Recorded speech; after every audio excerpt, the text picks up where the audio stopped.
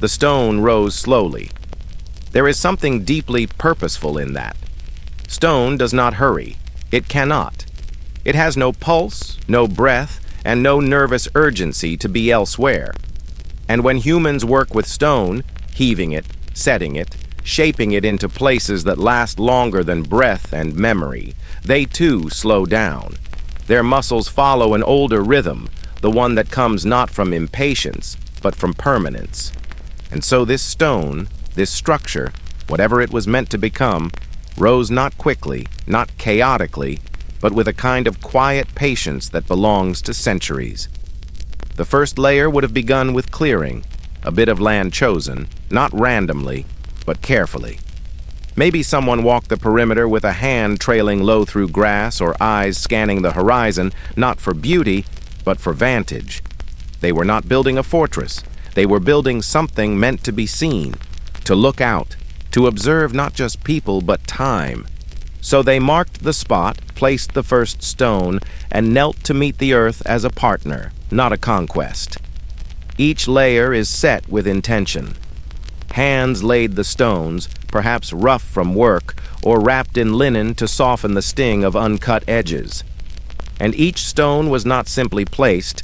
It was fitted, settled, and spoken to in silence by those who had carried it from elsewhere. That intention lingered in the gaps, in the mortar that held everything steady. It mattered not just that the stones held, but how they sat together. Like sentences in a letter no one would read aloud, they were lined up with care, their meanings secret but exact. The structure grew upward, not as a challenge to the sky, but in cooperation with it. Each layer gave height to the one above it, as if the building itself was teaching how to look further. From a few feet above the ground, you see what's nearby. From a dozen feet, you begin to see the road. From 20, the horizon. At 50, the weather itself becomes visible. The idea was not domination, it was comprehension. The tower, or whatever it became, wasn't built to repel. It was built to be noticed, not for defense. That is important. In a world where so many structures were built from fear, from the need to keep something out, from the hunger to survive what was always coming, this one was different. There were no arrow slits, no battlements, and no boiling oil waiting to spill from above. No sense of dread carved into the stone. Instead, it felt like something that existed because someone, somewhere, believed in the quiet practice of bearing witness, of simply being present, awake to the world as it moved and unfolded. This structure didn't flinch. It didn't hide. It did not brace itself for siege or storms. It stood openly, with windows perhaps wider than necessary or balconies that leaned into the wind, unafraid of weather. It was vulnerable, but not weak, just unconcerned with fortification. There were no gates to lock, no moats to flood, and no illusions of safety drawn in symmetrical lines. What mattered here was what could be seen from within. But for watching, not in the anxious sense, not surveillance, not spying, but observing in the oldest way, witnessing with reverence. Perhaps monks climbed the stairs each morning with slow footsteps, pausing at each landing to glance out toward the fields. Perhaps a scholar once leaned from the topmost level to chart the stars, the ink on her fingertips long since faded. Or a scribe sat daily by the window, noting not battles or rulers, but cloud movements and the return of birds. This kind of watching was generational. One pair of eyes handed the view to the next. Nothing rushed, nothing broadcast, just looking and recording, or perhaps not even recording, just remembering. This kind of tower, if it was a tower, did not demand attention. It simply stood and in standing, allowed the world to pass in front of it without resistance. Time would move differently around such a place. Not because clocks didn't tick, but because no one watched them here. Instead, seasons kept the rhythm. The stone felt the warmth creep back into the moss after winter, the sound of insects rising like music in late spring, and the long golden hush of dusk in late summer. Leaves would pile at its base in quiet submission, and no one would sweep them unless the pile blocked the view. Even then, the sweeping would be slow. Inside, light would arrive in bands, not floods. It would creep through openings, changing shape as the sun moved. Shadows would stretch across the floor like fingers, then fold away, only to return the next day. Dust would settle gently and be left alone. Cobwebs might be brushed aside eventually, but not immediately. Even the smallest things were allowed their place here. There might be chairs, wooden, simple, unpolished by anything but time and use. Cushions faded, a cup left behind by someone who meant to return but didn't rush to. Shelves with books that had no titles on the spines, their covers warped slightly by age, their pages smelling of something that has no modern equivalent. A smell like thought, like stories that were read slowly, and always a window, or many, open if the wind wasn't too bold, facing outward, framing not events but the absence of them, just a view of hills, or the bend of a river, or rooftops with smoke drifting up from chimneys. Nothing dramatic, just the world, carrying on, and this tower, or room, or place, watching it with patience that asked for nothing in return.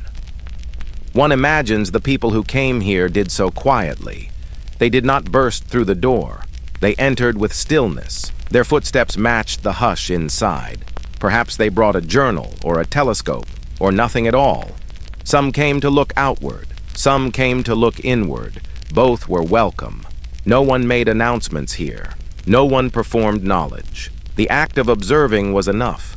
There is something powerful about the idea of a structure made only to see. Not to be seen, not to be remembered, but to remain as long as the view remained worth seeing. Its survival depended not on usefulness, but on attention. As long as someone kept returning to look, the stones would stand. As long as someone climbed the stairs or sat in the chair near the window, it mattered. Over the years, moss would grow in the mortar lines. Ivy might attempt to curl around the outer wall. Birds would roost in the eaves, and the calls they made in the mornings would echo just faintly down the stairs. The wood of the door might swell and resist opening in the rainy season. The hinges would groan, not in protest, but like an old friend clearing their throat. Eventually, perhaps no one would come for a while. The dust would deepen. A page would yellow. A bird's feather might settle near the edge of a windowsill, undisturbed. The watching would not stop, though. The building itself had memory now. It had absorbed centuries of gazes, stored them in the grain of its beams and the slight tilt of its floorboards. And then, one day, someone might come again. Not because it was advertised, not because it was famous, but because they heard or wandered or simply felt drawn to the quiet outline on the hill. And they would push open the door, hear the familiar creak, and step inside. They might find the view unchanged. Or maybe the trees had grown taller, or the road had disappeared. But the sky would still be there. The wind would still lean through the window, and the stone would still rise, slowly, into the air. There are places built to hold history, museums, archives, fortresses. But then there are places like this, structures built to be present for history as it unfolds, not to shape it, not to control it, but to see it happen. To say, with stone and silence, we noticed. We were here when it happened, and we watched. That is all. And in some way, isn't that what we all long for?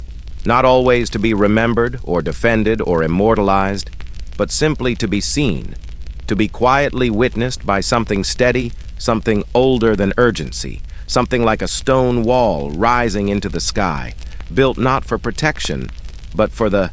Something is haunting about the notion of a thing made to wait.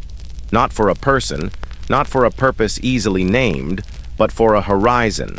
Not to seize or conquer or even reach it, just to witness, to be positioned, placed with intention, perhaps with great care, to face the distant edge where sky kisses earth, where endings become beginnings, and where time appears not to pass but to pause. The phrase, meant to witness the horizon, carries a weight that does not feel heavy, but deeply still. It does not imply action. It implies observation. It is about being there when something stirs, not doing the stirring. What sort of thing is meant to witness a horizon? Not a soldier, not a hunter, not a traveler. Those move. This stays. This waits. It could be a building, a tower, a statue, or a window built into the face of a quiet room. But more than that, it might be a person, or a tradition, or a belief so old its origin has been rubbed smooth by generations of forgetting. To witness the horizon is to be given the role of noticing, without control, without question, without end. The horizon cannot be summoned. It cannot be hurried. It moves at a pace too steady to notice, and if you are meant to watch it, you are accepting the truth that your role is to remain as still as it is wide. They said it was meant to witness the horizon suggests that the origin of this purpose is already distant. Whoever they were, they are not here now. Their voices are echoes. Their certainty has been diluted, like ink in water, until only outlines of their intention remain. Something was positioned with hope or belief, or both, facing the place where distance becomes mystery. Perhaps it was architectural, a platform built not for speeches, but for silence. A chamber that aligns once a year with the rising sun. A bench placed not for resting, but for remembering. But perhaps it was something less literal, more intimate. A story, a song, a promise passed down without knowing why, only that it must be kept. A ritual that makes no demands, only insists on being continued. To catch the return of something lost long ago. This is where the silence thickens, because now we know this waiting is not for something new, but something that once was, something real enough to be lost. This isn't T about watching for the unknown, it's S about waiting for the familiar to come back. Maybe not in the same form, maybe not even visibly, but the watcher believes, or at least is required to pretend to believe, that return is possible. How do you catch a return? Return, after all, is a verb for the thing doing the moving. The lost thing returns, the watcher remains. But this sentence plays with that relationship. The watcher is not passive. The watcher is alert. The watcher has a role to play in catching the return, not calling it, not forcing it, but catching. As if the return might be brief. As if it might appear only for a moment, and if no one is watching, it might pass and be lost again. Maybe it has passed before, and no one saw. Maybe someone was watching then too, but blinked. There's a sacred quiet in this sentence. It does not shout. It does not demand answers. Instead, it stands still. It holds a space in the shape of an old hope. That hope is not loud, not urgent, but stubborn. It doesn't fade. It waits. And waiting itself becomes the act. Over time, that waiting becomes the structure, the architecture, the breath of the space. The place where the watching happens may have walls. It may have a floor swept so often that it has grown smooth. It may contain dust, a calendar no longer turned, a candle burned to nothing, ink that still speaks. But all of that supports one thing, the gaze toward the far edge. There is melancholy here, yes, but also endurance. The thing lost long ago might never return. That is the quiet tragedy underneath. The watcher might wait through centuries of nothing. But the act of watching is not useless. It becomes in time the only thing that makes sense. The watching becomes its kind of history, preserved not in record, but in posture. Every generation that continues to look, to keep the position, to turn their face toward the distance with expectation, it becomes a lineage of longing. Not for novelty, but for restoration. And what truly was lost? Perhaps a person. Someone who stepped beyond the hills, promising to return, and vanished into the distance. A myth now, their name reduced to a breath in old stories, or a people, a whole culture, displaced or dissolved or disappeared, whose return was always promised but never dated. Or maybe what was lost was a feeling, peace, innocence, clarity, something that once defined a way of living and then quietly slipped away, and no one knew quite when. And now, all that's left is the sense that it could come back. That if the horizon is watched long enough, it might shimmer with memory instead of mist. But the sentence doesn't demand the return. It doesn't say the return will happen. It says the watcher is meant to catch it. This introduces another layer. It's not just about watching. It's about readiness, alertness within stillness, the readiness to recognize the familiar in its altered shape. Because anything lost long ago, if it does return, won't return unchanged. Time alters everything, even memories, even longing. So to catch the return is not only to witness, but to recognize. And to recognize something that has changed is harder than seeing something you expect. It requires a kind of faith, not just in the thing returning, but in your ability to know it when it does.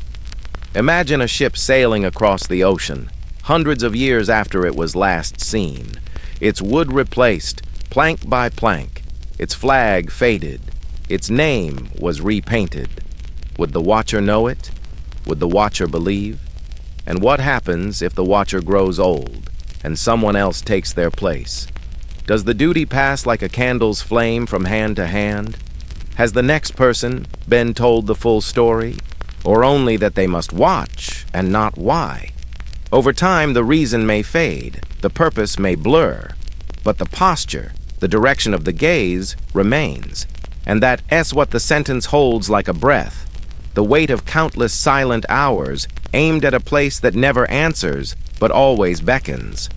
To some, this may seem like a waste, waiting for a return that may never come, watching a horizon that never changes. But there is a kind of peace in committing to such stillness. The world rushes. The world forgets, but the watcher does not. The watcher holds the shape of the world before it broke, before it scattered, before it blurred. The watcher becomes a living archive, not of facts, but of hope. And in that hope, there is a strange kind of love. Not romantic, not dramatic. A quiet love that persists despite absence.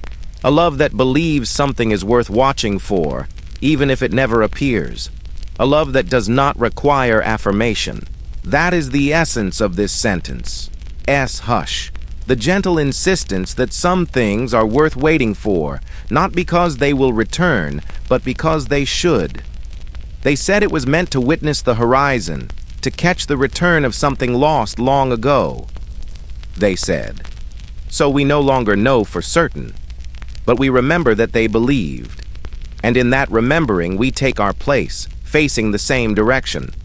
Perhaps we do not fully understand what we are waiting for, but something in us, something old and quiet, recognizes the motion of the wind, the hush before dusk, the pull of the distance.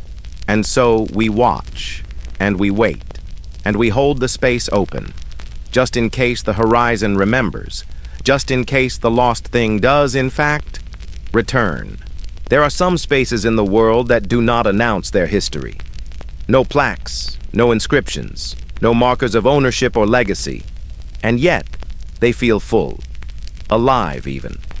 The stairway in question was just such a place. There were no names carved into its railings, no initials hidden beneath dust, and no dates chipped into its stones. But somehow, it did not feel empty. It did not need those things to declare meaning. It held its story in another way. The stairs themselves were stone, smooth, time-worn, and slightly uneven. The kind of wear that doesn't come from neglect, but from use, from the passage, from centuries of quiet feet, patient movement, and people who had no need to hurry and no one to impress. It spiraled upward, not in a grand sweeping curve, but in modest revolutions, tight and self-contained, a movement that seemed to fold in on itself the higher it went. Every step felt like a return, and yet it always led forward. The paradox of motion and stillness echoed in the very architecture. And still, no names. No chisels had ever etched affection or rebellion here. No one had claimed the place with declarations of love or identity. The silence of those stones was not an absence, but a choice, or perhaps more accurately, a practice. The refusal to mark the walls might have come from reverence or from habit. It might have been superstition or simply a quiet understanding that this was a place where memory was meant to live differently. The lack of names didn't mean nothing had happened there. In fact, it suggested quite the opposite, that people had come and gone often, perhaps regularly, and yet had chosen not to leave anything behind, at least not visibly. Their presence was etched in subtler ways. The slight slope of a middle step worn more deeply than the rest, the way one side of the railing bore a faint polish where fingers once passed, and the faint dip in the middle of each tread where thousands of feet once pressed the stone down fraction by fraction. It was a place where thoughts seemed to gather, where silence was not only expected but required. Ascending those stairs felt less like climbing and more like reflecting, like being slowly unwrapped from the noise of the world below. With each turn, the sounds fell away. Even memory began to shift. The walls offered no view of the outside, and so time lost its relevance. There was no window to orient yourself by the sun, no draft to guess the weather, and no creak to suggest you were not alone. And yet, the spiraling felt familiar, like a thought circling back, not in frustration or confusion, but in search of clarity. You could almost hear your own mind arranging itself in the hush. Thoughts long left dormant would rise, not urgently, but patiently, like fog lifting off water. The kind of recollections you didn't think you needed until they returned. Memories from childhood, half-finished ideas, the sentence you forgot to say yesterday. There was a rhythm to the spiral. It lulled, not with monotony, but with gentleness. Each revolution was neither identical nor entirely new. Like old conversations revisited under a different light, the stairs repeated their shape without repeating their meaning. At first you thought you might reach a destination, a room, a door, a point. But the climb became its own destination. Like reflection itself, the point wasn't arrival, but movement within stillness.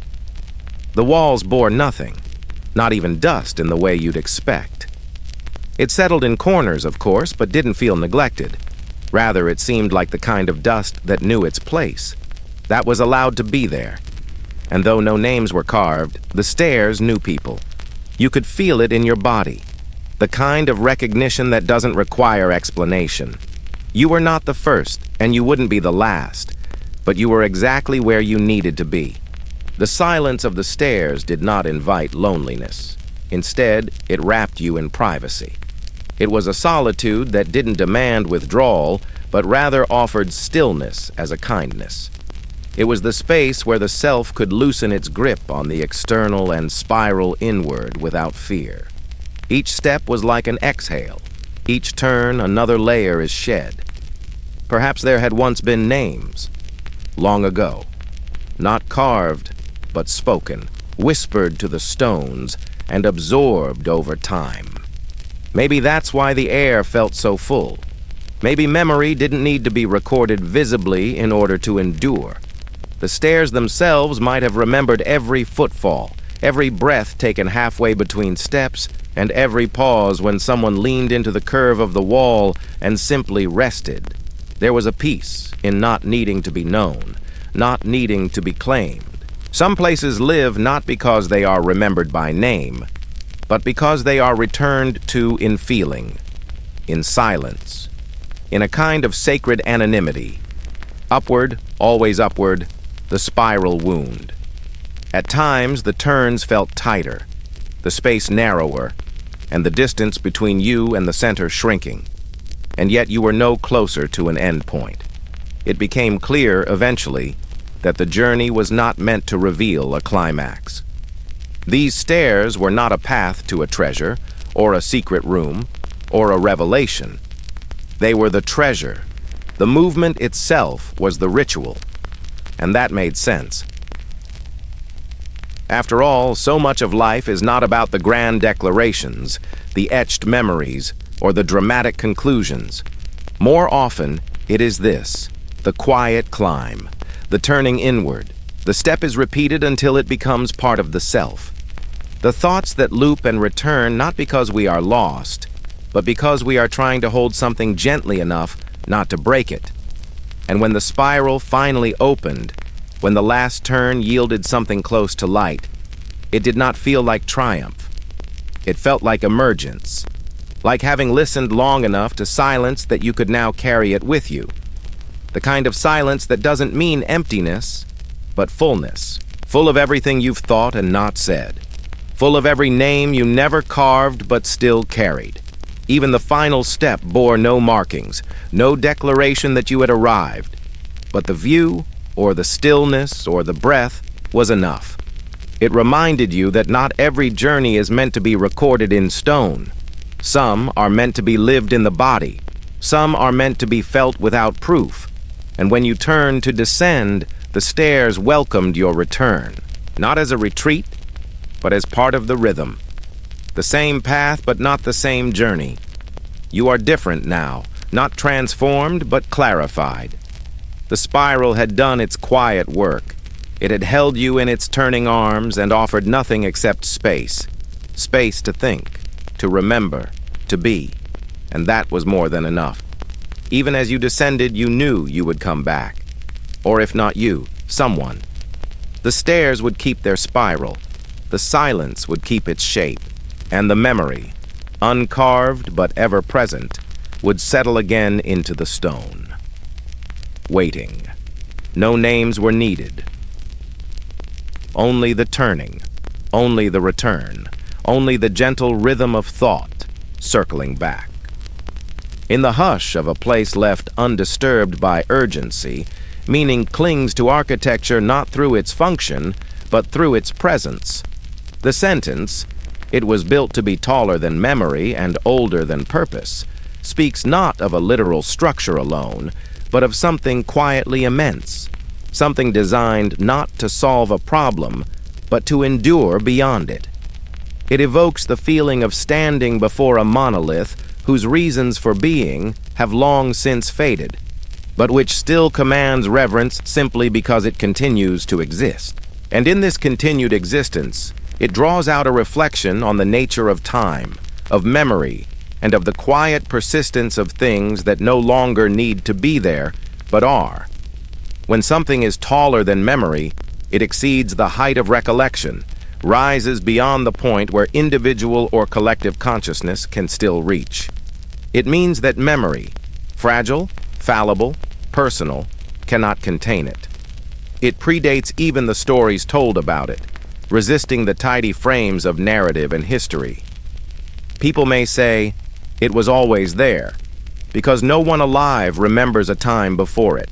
Generations pass, and still it remains, its foundation unmoved, while those who pass beneath its shadow age and vanish. To be taller than memory is to outlive the remembering. And still, it is not simply ancient. It is described as older than purpose. This pushes the idea further. Not only does it predate the people who remember why it was made, but it also predates the need that gave rise to it. Purpose is an anchor. It justifies creation. But what happens when something outlasts that justification? It becomes a mystery, not the romantic kind with dramatic secrets buried beneath it, but a quiet, ambient one, a mystery no longer asking to be solved. It just is. And in its isness, it becomes sacred, in a strange, unspoken way. People no longer know why it was built. They simply know it was, and that it remains. Perhaps it was a tower. Perhaps it was a room. Maybe even a wall meant to hold back something no one remembers now. Maybe it was ceremonial, the site of rituals for a people long buried beneath layers of dust and forgetfulness. But the specifics don't matter as much as the sensation it provokes. One can imagine approaching it, this silent, stoic structure, and feeling very small, not just because of its size, but because of what its size represents. An enduring that pays no attention to the small lives around it. It doesn't threaten, but it doesn't comfort either. It simply doesn't need to do anything. And so it looms, the way silence looms in a room where too much has gone unsaid. To be taller than memory might also mean that it surpasses even the vertical limits of thought. Memory can be layered, can be stacked like stories in a building. But eventually it runs out of floors, out of recollections, out of names to attach to what once was. And above that final remembered floor, the structure continues to rise. That upper, forgotten part is like an attic no one visits anymore, but which still holds boxes never opened and dust that has learned to settle in stillness. You can climb toward it, but you won't bring anything back down. That part of the building belongs to time now, or rather, to the absence of it. To be older than purpose suggests that even its original builders, the ones who laid the first stones or drew the first lines or made the first offerings, did so in response to something they didn't fully understand. Or perhaps the reason was urgent then, but now would seem almost childish in its simplicity. Maybe it was built in fear. Maybe it was built in pride. Or perhaps, more hauntingly, it was built because of nothing at all. Just the momentum of a people who needed to build something bigger than themselves. As if that might give them meaning they could never find within. And so they built it taller than their thoughts could reach, hoping that height itself might mean something. Structures like this, literal or metaphorical, often become vessels. Over time, people project onto them whatever they need. One generation calls it sacred, another calls it haunted, another sees it as a historical artifact, worth preserving but not understanding. A child might look up at it and feel wonder. An old person might sit beside it and feel peace or fear or nothing at all. But the structure doesn't change. It doesn't respond. It doesn't evolve. It simply remains. That constancy is both comforting and eerie. Because in a world that seems to shift constantly, anything that stays the same begins to feel like it might be watching. We often think of buildings or monuments as being built for something: a king, a god, a battle, a celebration, a warning. But what happens when the reason fades and the structure remains? It begins to hum with a new kind of meaning, not assigned, but emergent. It becomes the background against which smaller lives unfold. People pass it every day. Children grow up playing in its shadow. Lovers meet beside it. Birds nest in its crevices, and yet no one knows why it's there. The answer, if it ever existed, dissolved generations ago. And maybe that's the point. Maybe some things are built not to serve, but to outlast service. Not to explain, but to endure explanation. The idea of something being older than purpose suggests that it has become disconnected from human logic entirely. We no longer ask, "What is it for?"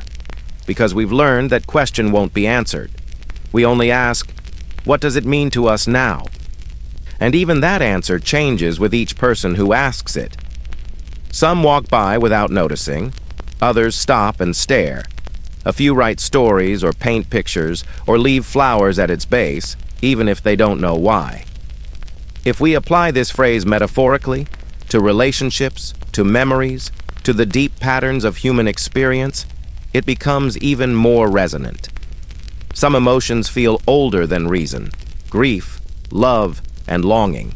They rise taller than memory, stretching above what we can name or place. We feel them, but we cannot contain them. They are structures within us that were never built intentionally. They simply formed over time out of the sediment of experience. We don't remember laying their foundations. We don't know what purpose they serve, and yet they define the landscapes of our lives. Perhaps the sentence is also about the way meaning decays, not violently, but quietly. Purpose erodes, not because it was wrong, but because time moved on without it. Memory fails, not because we didn't care, but because we are human. And in that failure, something else emerges. A deep, silent beauty. A building without purpose is not useless. It is free. Free to become what the present needs, or nothing at all. Free to simply be. And a memory that no longer holds specific details can still hold feeling. The emotional residue of something that once mattered and somehow still does, even if we don't know why. In this way, the sentence becomes not just a description, but a meditation. It asks us to consider what we build in our lives, not just physically, but emotionally, spiritually, and generationally. Are we building things meant to serve us now? Or are we building things that will still be standing long after the reasons have disappeared? And if we are surrounded by structures like that, literal or metaphorical, do we take the time to sit with them, to let them speak in their silence? It was built to be taller than memory and older than purpose. It is not boasting. It is not proclaiming greatness. It is simply stating a fact, one that holds the gentle gravity of inevitability. Something outlasted everything around it. Something remained while stories changed, and people passed, and meanings were rewritten. And now it stands, silent and unchanged, not because it resists time, but because it has absorbed it. And perhaps that is the ultimate message hidden in the sentence. Not that we must build things to outlast purpose, but that some things will do so whether we intend it or not. The question is not whether we remember or assign meaning, but whether we are willing to pause in their presence, even if just for a moment, and feel what it means to be small beside something vast, quiet beside something still, alive beside something eternal. Because even if the structure cannot speak, it teaches us, not through words, but through endurance. And in that endurance, it becomes something more than memory, more than purpose. It becomes part of the landscape of forgetting, and there, oddly enough, it begins to feel sacred again. It had not been a day marked by grand pronouncements or orchestrated ceremony. No bells tolled, no banners fluttered, and no one read aloud from carefully prepared scrolls. The wind moved as it always did, brushing past shoulders and tangled in the hair of those who had gathered. The sea, vast and indifferent, rolled in and out with the same rhythm it had always kept, neither accelerated by what had just occurred, nor slowed by the weight of meaning attached to it. The sky was undecided, neither wholly gray nor convincingly clear, just as the people below it were neither celebratory nor in mourning. What had been done, no more, no less. There had been a quiet gathering.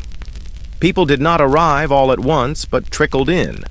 Some came early, standing with arms folded or hands clasped behind backs, saying nothing. Others wandered in later, unsure whether their presence was required or even wanted, but compelled by something vague, curiosity, obligation, or the simple gravitational pull of a moment long overdue. There were no assigned places to stand, no designated roles. Yet somehow everyone found where they needed to be. They had not spoken much during the act itself. There were no chants, no affirmations, no collective murmur. The only sounds were the rustling of coats and the distant caws of gulls. Perhaps someone coughed once. A child, too young to understand what not to do, had asked a question and was promptly hushed by a touch rather than a word. But mostly, there was stillness. A heavy, attentive stillness that didn't need explanation. It settled over them like a worn, familiar cloak, old enough to have outlasted generations, heavy enough to remind them they were not the first to wear it. What had just transpired wasn't marked by visible change. There had been no fire, no crumbling wall, and no sudden silence from machines. Nothing collapsed. And yet, everyone felt that something had concluded. Not in the way a final word ends a story, but like a breath quietly exhaled after holding it for too long. A burden shifted but not removed. A chapter closed, even if the book itself stayed open. No one needed to be told it was over. They simply knew. As if a thread that had been slowly unraveling for years had finally run its course, and now there was nothing left to tug at. No one said anything. And that silence was not awkward. It was not strained or waiting to be filled. It was the kind of silence that understood its role, one that knew speaking would only dilute what had already been understood without words. They all stood there for a while, facing the same direction, though not necessarily with shared thoughts. Some may have remembered something, others might have tried not to. Some simply felt tired, not from effort, but from the quiet weight of finally arriving at a place they had all been walking towards separately. The sea, always the witness to such moments, did not pause in its breathing. It held no preference, no sentiment, and yet it seemed to be the only one who truly heard them. Not their voices, for there had been none, but their presence, their stillness, the unspoken knowing that passed like a current among them. The sea absorbed it all as it always had, and offered nothing in return but its endless, even rhythm. They looked toward the sea not because it promised answers, but because it accepted everything without judgment. It gave nothing back and demanded nothing in return. There was something comforting in that, in its refusal to validate or deny. The waves did not nod in understanding, nor lash out in response. They simply arrived and departed, arrived and departed. That constancy made it easier to stand in their own uncertainties, to quietly admit to themselves that they did not know what came next. And then, just as they had come, they left, one by one. No procession, no order. Some turned to go almost immediately, others lingered, though not out of indecision. It was more like the moment after closing a familiar book, the kind you've read more than once. You do not rush to put it back on the shelf, but you also do not need to reread the last line again. It ends when it ends. The cover falls shut with a familiar whisper, and you carry its weight quietly with you.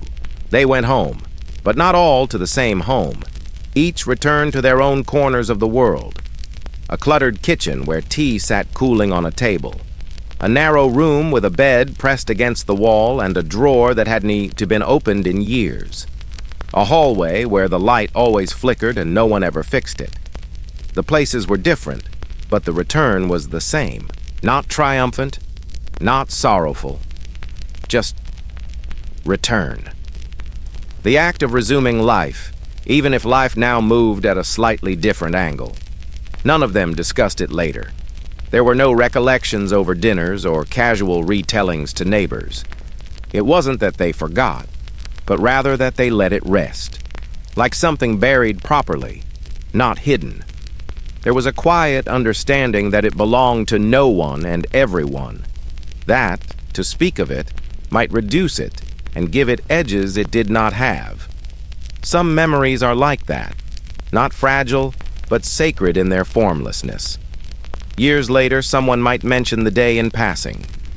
That day by the sea, they might say, not specifying which day, and the person beside them would nod, not necessarily remembering the same details, but feeling the same echo. It would be enough. It was always meant to be enough. Children would ask, as children do. They would find a photograph tucked in a drawer or stumble across a piece of fabric that looked too ceremonial to be casual.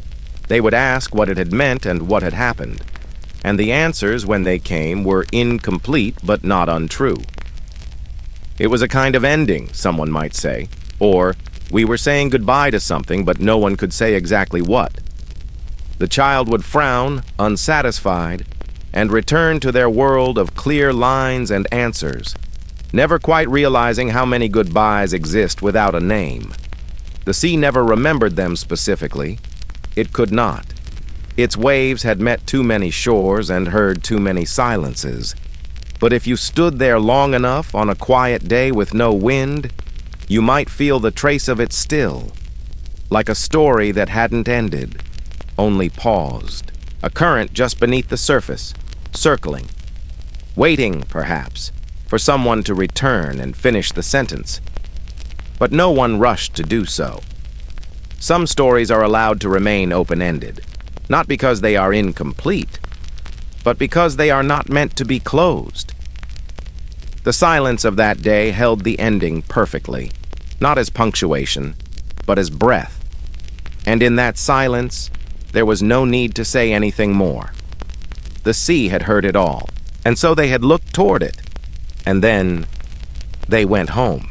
Every morning, the tide came close, but never touched the stone. It was a ritual so consistent that it almost seemed like an agreement between sea and land, between motion and stillness, between what returned and what remained. There was no decree written into the waves, no signature etched into the tides, and yet they obeyed this silent understanding. The sea, with all its power and reach, approached with reverence, slowing its breath just before the stone, as if pausing in recognition. This was not a gesture of fear or submission, but something softer. Familiarity, maybe. Or perhaps an old memory neither sea nor stone cared to disturb again. The stone itself was not remarkable in appearance, just a worn hunch of earth that had outlived its original context. Its edges, once perhaps sharp or carved, were now softened by time and weather. Moss, in careful threads, had begun to decorate its base like a fraying hem. In some lights it looked almost like a misplaced thought, a relic that no longer remembered why it stood there but had decided to continue anyway. It wasn't tall, it wasn't grand, but it had presence. The kind of presence that doesn't ask to be noticed, but makes you aware of your noticing. And still, the tide came. It didn't always look the same. Some mornings it arrived with force, churned by winds that dragged it across the horizon with impatience. Other mornings it came hushed, ripples tracing long arcs that shimmered silver under reluctant sun. But regardless of temperament, its approach was precise, near enough to be felt, to be heard whispering across the shells and sand, but not quite touching, like a conversation held just outside of hearing, or a memory revisited without speaking it aloud. Some said that once, long ago, the tide had reached the stone, that in some past, now blurred and buried, water had kissed its base with froth and salt. Perhaps there was even a time it had swallowed the stone entirely, pulling at its shape as if to make it part of itself. But those days, if they existed, had left no record. The stone bore no deep scars, only weathering. The sea gave no confession, only this: every morning it approached, every morning it paused. Some said this was natural, a quirk of the landscape, the angle of the shore, the depth of the seabed beyond, that some unseen shelf or slope dictated the reach of the water's breath, that it had nothing to do with will or choice. But those who lived nearby, who watched it from the high dunes or fluttered cottages with salt-rimmed windows, knew better. They knew the rhythm was too delicate, too deliberate. This was not geography. This was something older than maps. For those who watched, the scene became its form of timekeeping. It was not about hours or calendars, but about patterns that wrapped around the world like quiet threads. Children grew up seeing it, then grew older and forgot to look, and then, if they were lucky, remembered to watch again. The tide and the stone remained constant, even as people moved in and out of the surrounding world. They were like punctuation marks in a sentence that had no beginning and no end, only rhythm. One elder, long since buried beneath a hillock of sand and grass, had said that the stone was the anchor for the tide's memory, that the sea, with all its infinite movement, needed one fixed point to remember itself. And so it came close, came almost close enough to forget, but then stopped. It would not overstep. It would not wash away the mark of its reflection. It needed the stone to remain untouched, so it would always have something to return to, not to change it, but to recognize itself in the act of returning. Others thought the stone held a name, that beneath its base, buried deep and unreachable, was a name no longer spoken, a name that, if the sea were to touch it again, would be remembered too loudly. And some things are better forgotten even by the sea. The animals, too, seemed to respect the distance. Birds flew low across the shallows, but never landed on the stone. Crabs skittered near its edges, but detoured their scuttles. Even the wind seemed to part around it, circling rather than striking. The stone stood not in isolation, but in a kind of suspended presence, as if the world around it understood that it was not to be interfered with, not directly. And yet, the tide kept coming, not out of ignorance or defiance, not even out of curiosity, but something gentler, as if the sea was keeping company with something it didn't quite know how to grieve. The way one might sit quietly beside someone asleep, not wishing to wake them, but unwilling to leave them alone. On overcast mornings, the stone looked especially solitary. The sky would hang low, the horizon blurred into haze, and the waves would come darker, slower. Yet they would still pause, still hold their breath just before the stone. Not one drop dared to reach beyond its boundary. It was a line they would not cross, a promise not to disturb what had chosen stillness. There were a few mornings, rare and quiet, when it looked as though the water might finally shift its course. A swell stronger than usual, a breeze is more persistent, and those watching would hold their breath, not in hope or fear, but in wonder. What would happen if the sea did not stop? What would the stone do if touched? Would it crumble, or would it awaken? But always, just before the water could reach, the momentum softened. A pull backward, a hesitation, and the moment passed. As if the tide itself had remembered something it nearly forgot. As if, in that breath before contact, it felt the weight of whatever memory the stone carried and chose to leave it undisturbed. Sometimes, children playing near the shore would try to reach the stone. Their feet darted across the wet sand, their hands stretched out. But always, they would pause, inexplicably, just a few steps away. Something, not fear, not voice, but presence, would make them stop. They would feel it in their bones, though they couldn't explain why. That this stone, so unremarkable, was not meant to be touched. And they would turn away, laughing, already forgetting the hesitation. But they never reached it. In stories whispered by old voices around hearths, there were tales of other stones like this one, markers in distant lands, where water stopped short or shadows bent the wrong way, places where the world seemed to hold its breath, not haunted, not sacred, just remembered. As if the earth itself had set down certain points it didn't want to lose, and the universe in all its forward motion had agreed to tiptoe around them. This stone, this ordinary patient stone, had become one of those points, and the tide, for all its reach and ambition, honored that. Morning after morning, generation after generation, without fanfare, without explanation. Some said that the day the tide touched the stone would be the day something shifted, that the world, or at least that small part of it, would wake up differently. Not with a shout, but with a quiet kind of unfolding, like a forgotten letter found beneath the floorboards, or a book reopened to a marked page decades later. Not revelation, recognition, but until then, the ritual held. The sea rose, the waves climbed, the foam teased the edge, and then, almost shyly, receded. The stone remained dry, not in resistance, but in permission.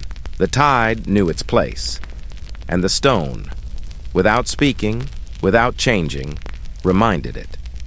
So every morning the tide came close but never touched the stone. And in that almost touch, a story continued. Not in words, but in the repetition. In the space between water and rock. In the hush of what is remembered but not revealed. And that perhaps is the oldest kind of truth. Not shouted or carved in monuments, but whispered in the... The shoreline had not changed in any way that would matter to a tide chart or a map maker. The rocks still lined the edge with patient precision, as if they were placed by some careful hand rather than thrown there by time. The wind still circled the cove in uneven rhythms, sometimes humming low as if it remembered a lullaby, sometimes going still as if waiting to hear one. But the air, if you knew how to listen to it properly, held a difference. Not loud, not urgent, but the kind that settles into the cracks between stones and becomes permanent. Boats came once. The memory of it is still there, if not in the physical world, then in the things that I have learned how to remember without trying. The worn posts at the dock, with their tops slightly splintered and bowed. The path of flattened grass leading from the shoreline to what remained of a structure, a waiting house or a counting house, perhaps, though no one used the words anymore. The smell of tar and brine once hung here, not unpleasant, but honest, dense with labor and distant journeys. Now, only the more stubborn smells remain, moss, damp wood, and something sweet that no one can quite name, as if the memory of salt has turned to sugar with time.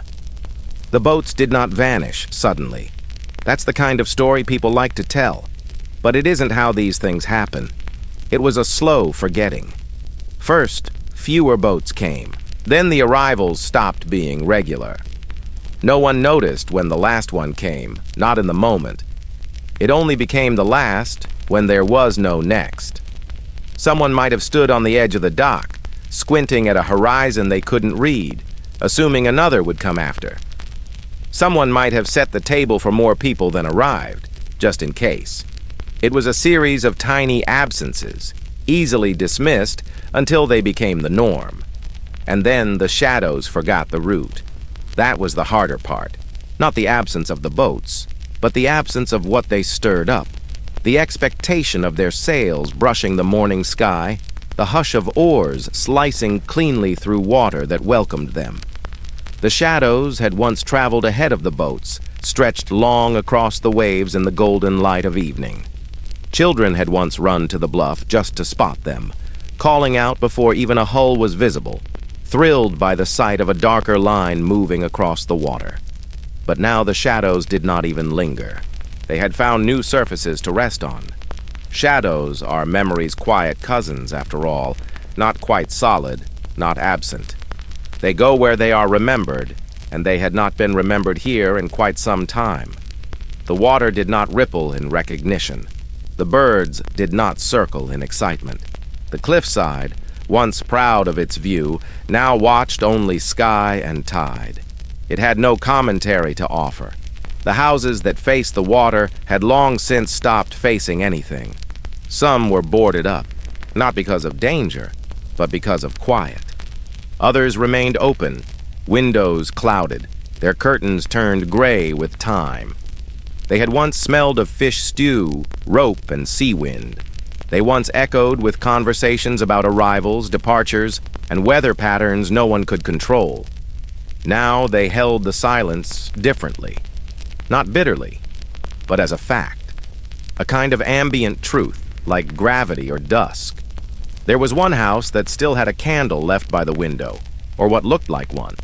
Melted beyond recognition, its wax pooled and hardened in unfamiliar shapes.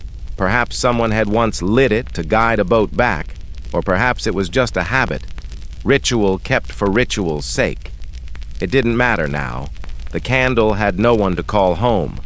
Old ledgers were found once in a drawer, tucked behind broken furniture and scraps of netting. Pages are brittle but legible.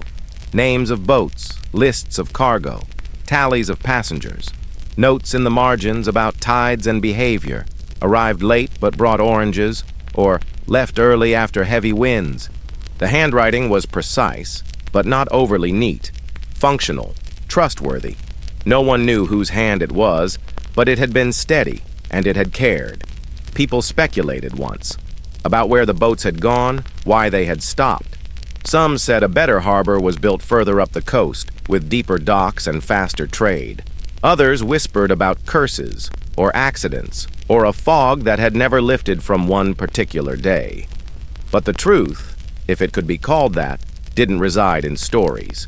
It resided in the slow drift of relevance. Places fall out of memory, not with tragedy, but with substitution. One more urgent route replaces the last. One generation no longer teaches the name of the cove to the next. And eventually a boat chooses another path, and another after that, and so on. Sometimes a child still plays by the shore. Not many children are left, and the ones who remain don't ask about the boats. They skip stones. They collect shells, though most are chipped. They build towers of driftwood and forget them by dinner time. To them, the water has always looked this way, wide, unpromising, and still. Their games do not include ships or trade or distant lands. They do not run to the bluff to look for sails. The bluff, too, has softened its stance. Grass grows over the rock where the lookout once stood. The wind no longer carries warning or welcome. It simply passes. The sea does not mind. It never does. It receives and it forgets. It holds the echoes of hulls like it holds the moon, loosely, rhythmically, without desire.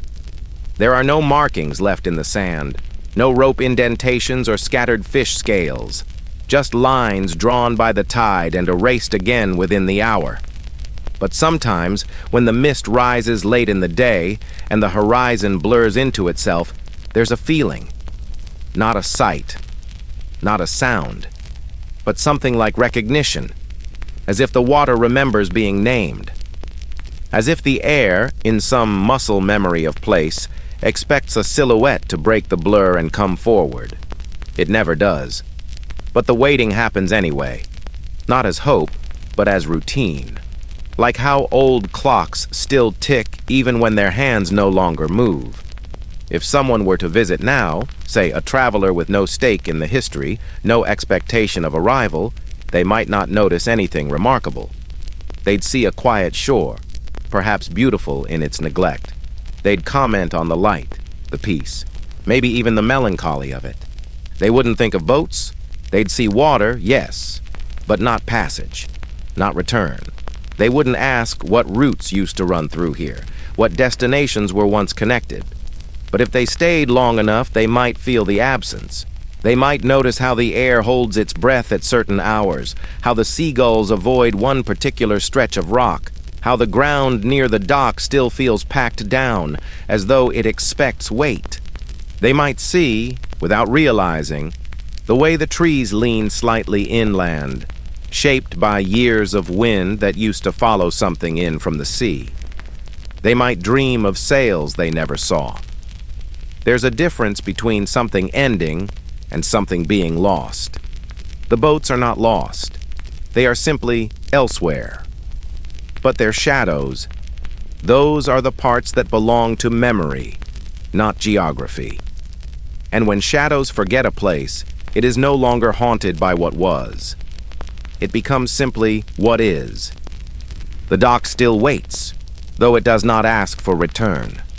The rope still coils, though it has no mast to serve. The journal still records tides, though no one reads it. The stone's air still warm under the sun. The cove still wraps itself in light and fog. But the route, the curve of water once known by habit, not by map, has disappeared from the language of waves and wind alike. Even their shadows had forgotten it. And so the horizon remains untouched, not with abandonment, but with indifference, not marked by absence, but by uninvitation. The boats will not come, the water will not ask, and the land, faithful in its stillness, will simply go on, remembering nothing, waiting for nothing, and noticing everything. The shoreline did not ask to be remembered. It existed in its own time, its own rhythm, indifferent to the human scale of memory and meaning. But still, the shells came, washed up, left behind, nestled into corners of sand, as though they had been placed there with care.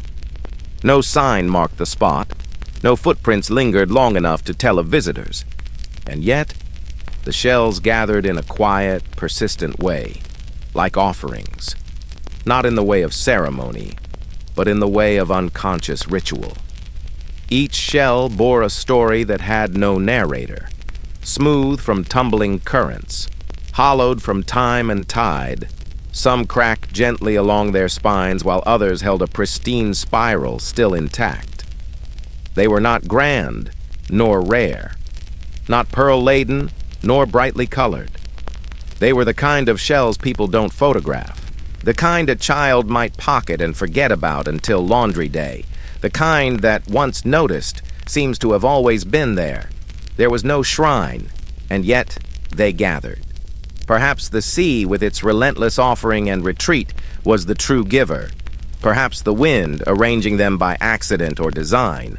Or perhaps no one was placing them at all. That was the oddest part, the way the shells seemed placed, as if someone, somewhere, with no need for recognition or remembrance, had quietly been leaving behind pieces of beauty, one at a time, for no reason except that it felt right. If there was an intention, it had long been buried by repetition, like how some people straighten chairs after standing or touch the same doorframe each morning, not out of superstition, but out of comfort. These shells were that kind of gesture, not demanding, not even deliberate, just present, just continuing. Time moved around them like mist. You could visit the same place every day, and some mornings the shells would be gone, swept back out to sea.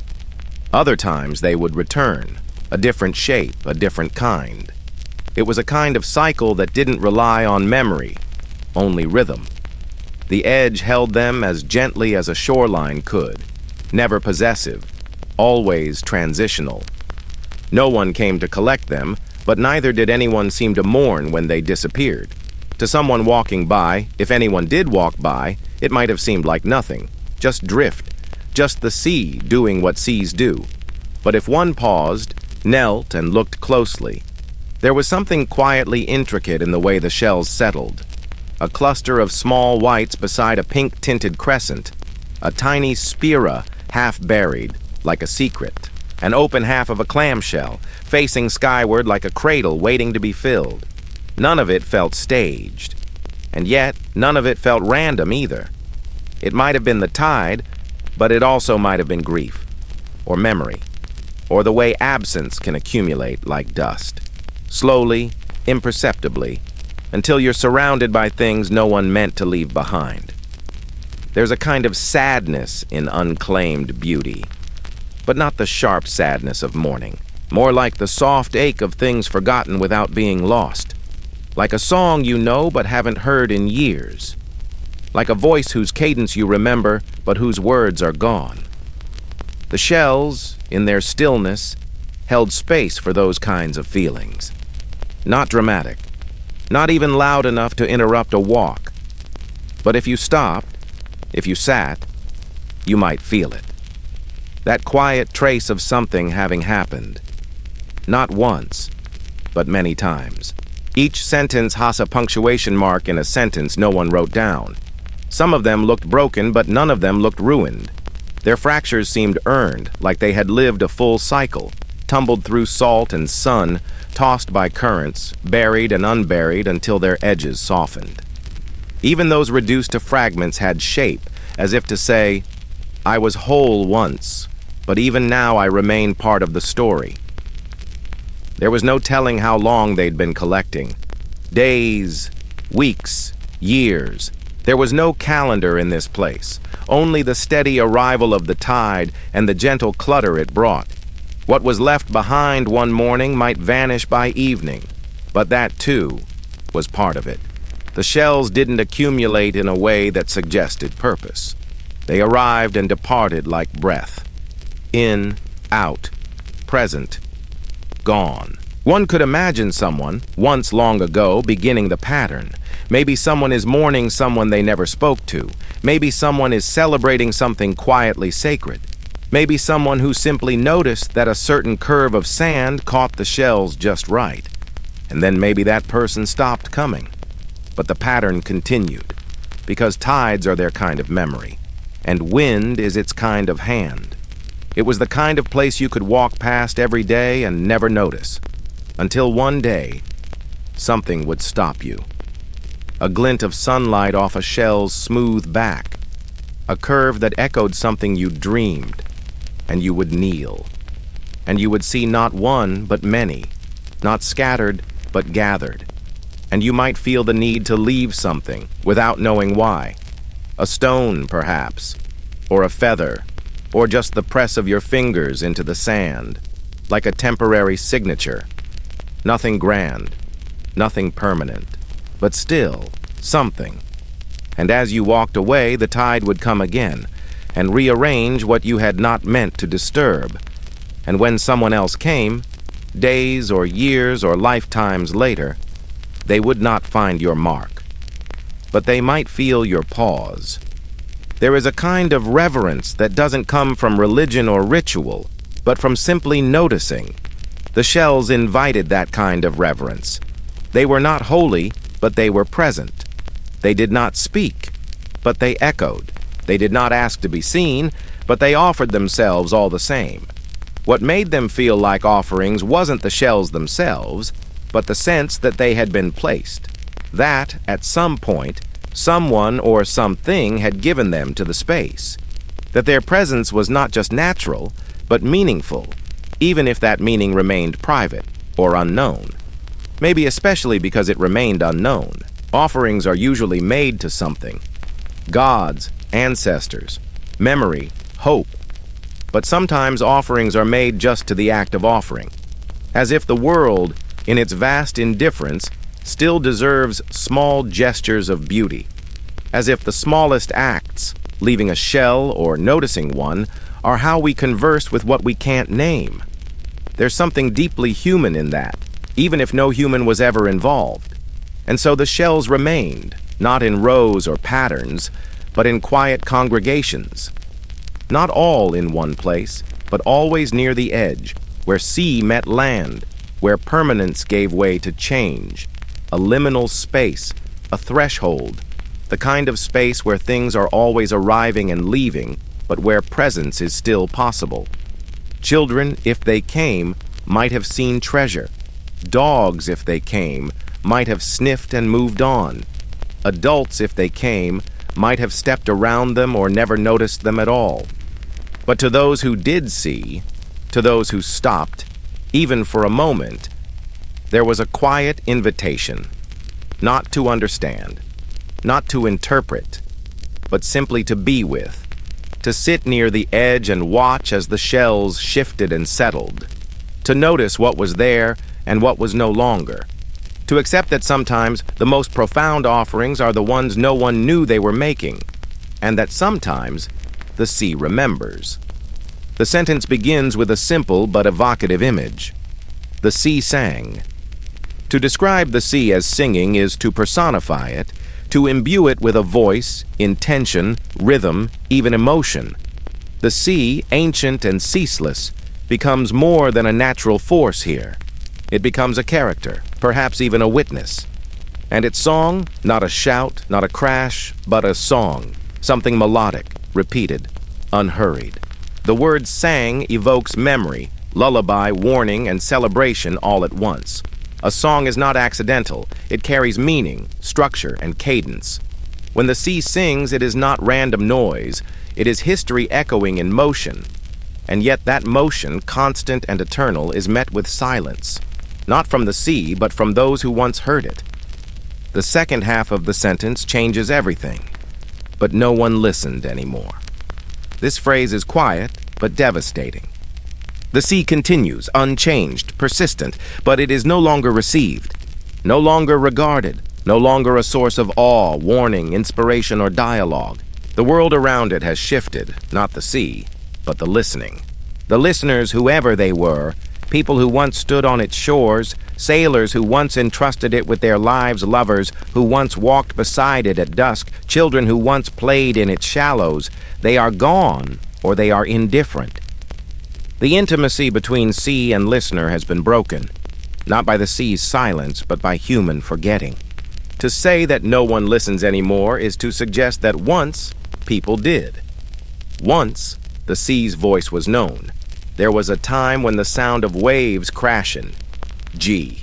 At first, there had been a kind of quiet expectancy to it, a hum that lived in the walls, in the clouds, in the way people paused mid-step without realizing. The horizon, once sharp and promising, had glowed with potential. It had been something to look toward, to measure the day against. But slowly, over time, it faded. Not all at once. Not in some grand dimming of the sky. No, it happened the way most things do when they last too long. Gradually, subtly, until no one noticed the moment the anticipation drained from it. There had been waiting. For news. For someone. For something unnamed that might arrive, or might never. At first, the waiting was purposeful. People stood straighter. Meals were left half-eaten. Conversations wandered toward the topic again and again, even when they didn't mean to. The waiting wasn't idle. It was full of possibility, like breath held just before an answer. But over days, then weeks, then months, that breath grew stale. The horizon, once glowing like an ember of potential, grew dull, muted into sameness. And the waiting ceased to carry weight. It became part of the scenery, part of the soundless rhythm of everyday existence. Children who had once run to the shore, searching the blue line where water met sky, now passed it by without looking. Grown-ups no longer paused at windows. No one asked, "Did you hear anything?" The waiting was still there, but no longer sharp. It had been sanded down by time into a kind of emotional wallpaper, always there but no longer noticed, no longer questioned. It became background, like the ticking of an old clock whose sound one forgets until it stops.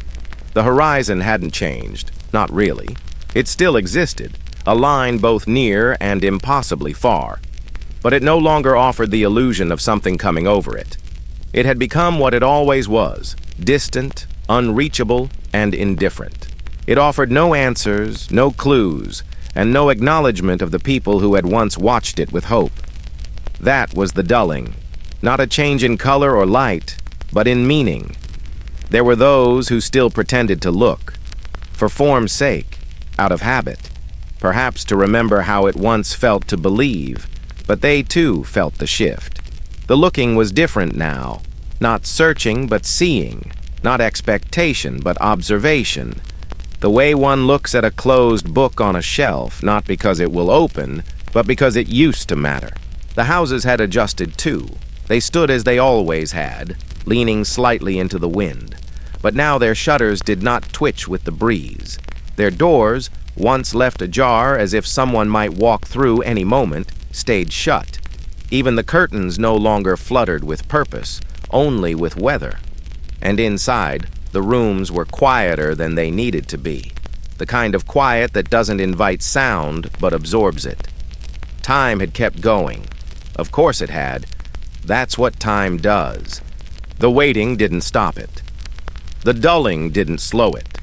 Clocks kept time because that was their job, not because anyone cared what time it was.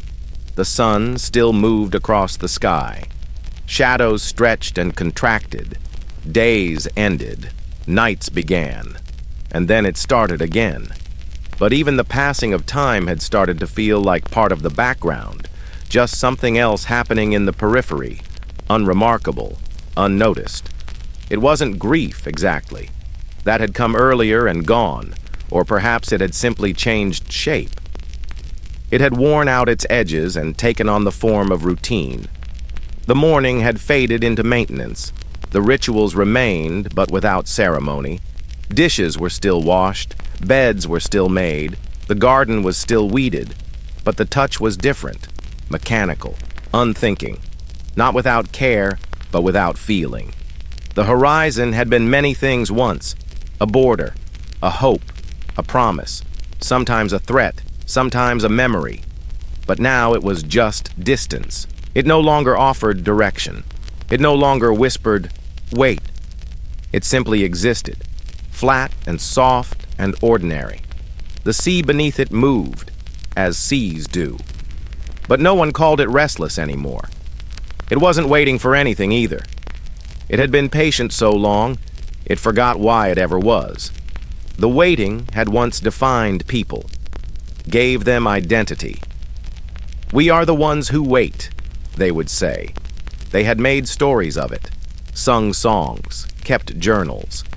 The ones who wait, as if that made them guardians of some sacred imminent arrival. But now they didn't call themselves that anymore. They didn't call themselves much of anything. Without the waiting as the center, they didn't know where the edges were. The old man who used to stand at the bluff every morning stopped going, not all at once. First it was just on stormy days, then when he overslept, then because his knees ached. Eventually he realized he no longer remembered what he expected to see. A sail, a figure, a bird with a message tied to its leg. Even the image was gone. All that remained was the act of having waited, and even that no longer felt like it belonged to him. It's not that people stopped feeling. They still felt. They just didn't direct their feelings outward anymore. They let them pool quietly inside, unspoken. Shared glances replaced shared words. A nod was enough. Sometimes a silence between two people said more than any story could. Not silence as absence, but as presence. A wait. A mutual recognition that neither expected anything to arrive anymore. The dulling of the horizon didn't make anyone sad. Not exactly. It just made things still. Settled. As if the town had exhaled so slowly that no one remembered breathing in. It wasn't lifeless. There was still laughter. Children still played. People still fell in love. But all of it happened beneath a sky that no longer promised change. And that changed everything. Some tried to leave. A few did. But even they didn't go far. The idea of the horizon might have faded, but its boundary still mattered. It was one thing to let waiting become background, another to leave behind the place that had given the waiting meaning in the first place. Even dull light is a kind of light. Even stale hope is still a kind of hope. And so most stayed, not because they believed, not because they were trapped, but because there was something oddly comforting about the background, how steady it was, how silent. Now and then someone new would arrive, usually by accident. They'd look toward the horizon the first few days, curious, then confused. Then they too would stop, not out of disinterest, but out of quiet understanding. It didn't take long. The place had a way of teaching stillness without instruction. There had once been letters, messages in bottles. Fires were lit on the beach in case someone needed to find their way back. That stopped long ago. The bottles never came back. The fires never seemed to help. The letters went unanswered. Eventually, it felt kinder not to send them, to let the silence be what it was, not an absence of reply, but a reply in itself. The horizon grew dull, but dullness is not the same as emptiness. There was color still, soft, pale, and hard to name. Blue that wasn't quite blue. Gray with warmth in it. Sometimes at dusk the sky blushed, not because it was shy, but because it remembered what it once felt like to be watched. And in those moments, someone might pause, just for a second, just long enough to recall the shape of a former feeling. Then they'd keep walking, not toward the horizon, but past it, as if to say, "It's there, I see it, but it doesn't own me." The waiting became background, but the background is still part of the picture, still present, still holding space. And sometimes, when the wind moved just right, it carried with it something that felt almost like the first days, the early days, when the waiting was new and filled with stories that hadn't yet disappointed. The dullness didn't erase the memory. It only softened it and made it easier to carry. No one waited anymore, but no one forgot either. There is something unspoken in the act of staying too long, an insistence not born out of necessity, but out of reverence, curiosity, or perhaps a quiet kind of stubbornness. The line opens with the phrase, "They stayed longer than the others," which immediately introduces a sense of time and choice. There were others, a group or presence that had once been part of the same space or mission or ritual, but those others eventually left. Their reasons are not explained, nor are they necessary to know.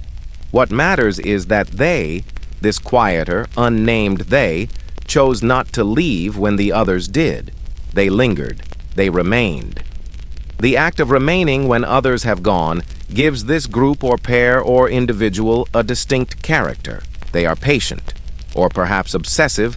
They are dutiful, or perhaps lost in something deeper than duty. Their extended stay implies a different relationship with the space they inhabit, maybe with the coast, the weather, the silence, or the rhythm of the tides. Whatever their purpose, their decision to remain longer than others positions them not as heroes or explorers, but as observers. This distinction matters. They are not shaping the world, nor are they being shaped by it in a grand or dramatic way. Instead, they are recording it. Not changing, just noticing, not interrupting, merely transcribing. Recording waves and wind is a beautifully quiet image. Waves and wind are transient things, always moving, never quite the same from one moment to the next. To record such ephemeral phenomena is an almost poetic task. It speaks of devotion to the moment, of attention, of surrender to rhythm. Perhaps they had instruments to measure things, but the word recording here feels more intimate than scientific. They could be writing with pens, sketching with fingertips, or noting changes in the air on worn paper. They could be placing their own breathing into alignment with the pulse of the sea and the song of the sky. It doesn't seem important whether the data is useful. The act of observing is its own ritual, its own form of meaning, but time, as always, intervenes. In notebooks now too damp to read. It is a gentle tragedy. The notes they once took, painstaking, quiet, deliberate, have been softened and swallowed by the very elements they were attempting to document. The wind and the water, it seems, were not content to be captured. The sea mist crept into the paper. The rain curled the edges. The salt clung to the ink and wore it down. And so now the notebooks are illegible, not destroyed in violence, but slowly unmade by the passage of time and exposure. They are still present, still held together, perhaps still resting where they were left, but their contents have faded into something closer to silence. The notebooks are symbolic. They are remnants of a ritual that no longer speaks aloud. They represent the tension between permanence and impermanence, between the need to record and the truth that all records fade. Even the most careful observers can't stop the world from moving on. What was once a written trace of the invisible, of weather, of ocean breath, of wind patterns, has become its own artifact, something that is part of the environment it once tried to describe. There is also a suggestion of futility here, but not in a cruel way. The futility is gentle. It is not mocking. These people stayed. They tried to capture the movement of the world around them, and nature responded not with violence, but with indifference. The sea didn't rage against them. It merely kept being itself, and in doing so gradually made unreadable the pages written in its presence. The notebooks are not ruined out of spite. They are simply no longer legible. They have become part of the coastline now, organic, muted, no longer entirely human. One could imagine the notebooks themselves, pages curling like dried leaves, the ink turned to blurs and ghosted strokes, salt crystals forming along the binding, and edges frayed where water met fiber. They may still carry a scent of sea air, of old paper, of rain-drenched leather. They may still be held, but they no longer tell. That they once told something is only known because the line tells us so. Without that line, they would just be forgotten artifacts left on a shelf or in a drawer or beneath a rock. It is the memory of their purpose that gives them weight. And the people, they, the ones who stayed, what of them? They are defined entirely by this act, not by names or goals or dialogue, but by their presence and their persistence. They are the kind of people who sit through the second tide, who waits after the rain, who keep writing long after the page grows soft. Maybe they believed their recordings would matter. Maybe they believed in something larger than the page, something that required them to notice each wave. Maybe they didn't need to believe anything at all. Maybe they just stayed because staying felt right. There's a quiet loneliness to it, too. If they stayed longer than the others, then perhaps they stayed long enough to realize that no one would return, long enough to know their notes might never be read, and yet they recorded anyway, not for fame, not for memory, but because that was the rhythm they chose. That was how they moved through the space they were in, watching, listening, and noting down the things most people walk past without thought. Now the notebooks remain, damp, unreadable, but present. And so perhaps that's the true record, not the words inside, now lost, but the fact that they were written at all. The act of writing, of staying, of listening, becomes its own message, one that doesn't require ink to carry meaning, one that whispers through wet pages and soft salt. We were here. We paid attention. The line resists grandeur. It resists the temptation of resolution. No one comes to find the notebooks. No one rewrites them. They don't get restored or displayed in a museum. Instead, they fade. But they fade in place. And the quiet weight of that, the weight of what was once important and now simply is, invites us to slow down and listen. It invites us to ask, what does it mean to document a world that will forget us? What does it mean to care for things too vast to hold? What does it mean to remain even when meaning slips away like mist off the tide? This is not a story about success or failure. It is about presence, about staying, about letting the world move while still choosing to observe it. Not in defiance of change, but in witness to it. And in that witnessing, even when the words are gone, a kind of echo remains. The act was quiet, almost reverent, as though it belonged more to memory than to the moment. There was no need to rush it, nor was there any urgency to the motion. The hand that reached for the lantern's glass casing did so as if it had done this 1,000 times before and would do so 1,000 times more. The wick was always trimmed just so, the oil always just enough, the spark always obedient, though the world around no longer demanded light. The flame wasn't large. It didn't roar to life or blaze with purpose. It flickered modestly, as if aware that its presence wasn't required but still appreciated. It wasn't lit for guidance, for no one walked these halls anymore. It wasn't for comfort either, not really, for comfort requires company, and company had long since moved on. There were no names left to call, no feet left to follow its glow, and yet, each evening, without fail, the flame was lit. The room around it remained unchanged. Dust had found its rhythm in the air, falling and settling without interruption. The curtains, once drawn back in greeting, now hung heavy in resignation. Even the floor had learned to creak more softly over time, as if out of respect. There was a sense that time still passed, but it had softened at the edges. Clocks had grown quiet. Calendars had forgotten to turn. The only regularity now was this quiet gesture, the lantern and its tiny, purposeless flame. Sometimes a breeze would test the flame's resolve, sneaking in through cracks in the window frame or underneath the worn door. The flame would bend, whisper, tremble, but never quite go out. It wasn't stubborn. It simply persisted. That was its nature now. Not resistance, not defiance, just a quiet willingness to be there, even when no one looked. It had once meant something, surely. Perhaps it signaled safety. Or maybe it was once a welcome, a message that said, "We are still here." But over the years, those meanings grew quieter too, like old voices buried beneath new silence. The light no longer waited for footsteps in the hallway or distant boat horns echoing from the bay. It just was. It continued. It's easy to believe a flame is meant to serve, to light paths, to warm hands, to warn of danger. But some flames are not for others. Some flames exist simply to bear witness, to be a small constant in a world that has forgotten its own shape.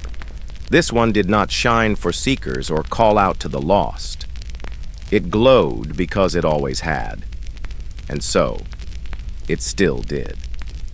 The person who lit the lantern never explained why. Maybe they couldn't. Maybe they had long ago stopped wondering themselves. It was enough to feel the cool glass under their fingers each evening, to strike the match, to watch the first fragile shimmer swell into something steady. In that moment, there was no audience, no applause, no second thought.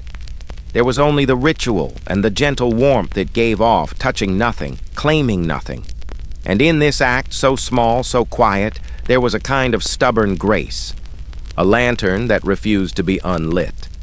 A flame that continued even when its purpose had faded. Even when the world outside no longer asked anything of it. There was no intention to hold back the dark.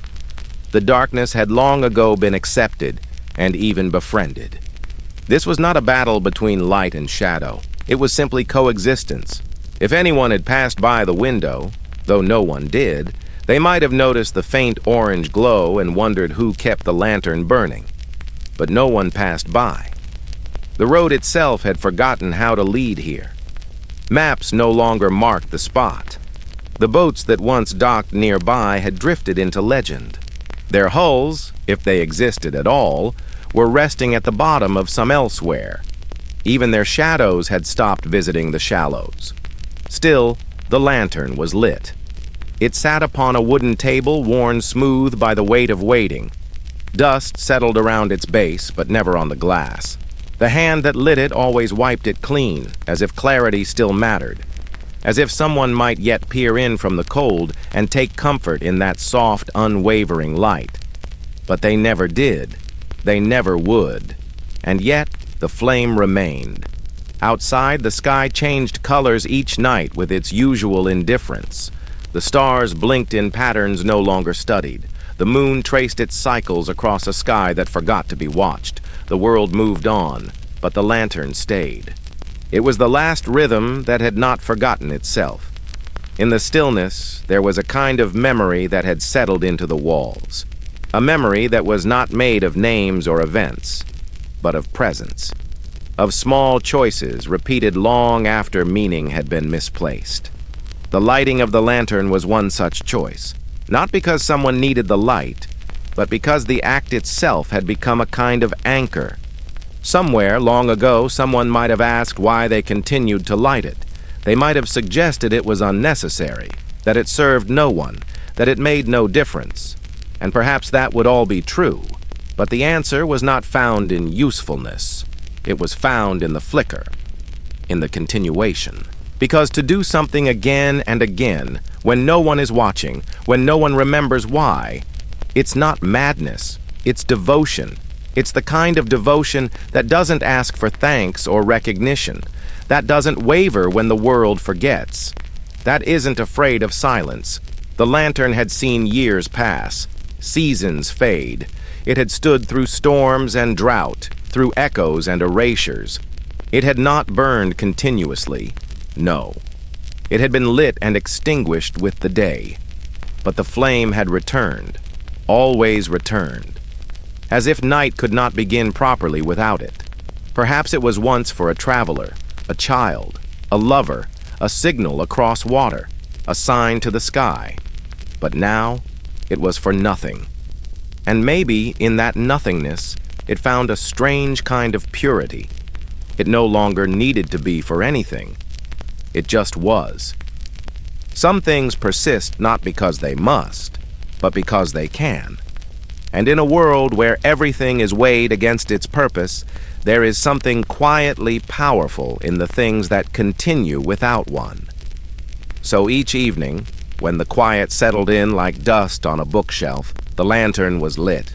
Not for tradition, not for hope, not for memory, just because, and the flame burned. The lantern was just part of the space, as integral as the floor underfoot or the air itself. Hung just beside the doorway or resting quietly on a modest shelf, it was never a centerpiece. never the focus of any conversation. People would walk past it with arms full of letters or tools, size caught mid-chest, eyes focused on other things. They didn't stop to tend it, not because it wasn't important, but because it never asked for attention. It lit itself, or so it seemed. Or perhaps someone, long ago, had made a habit of lighting it at dusk, and others continued without thinking. But over time, the lighting of it became so entwined with the rhythm of the place that it no longer registered as something done.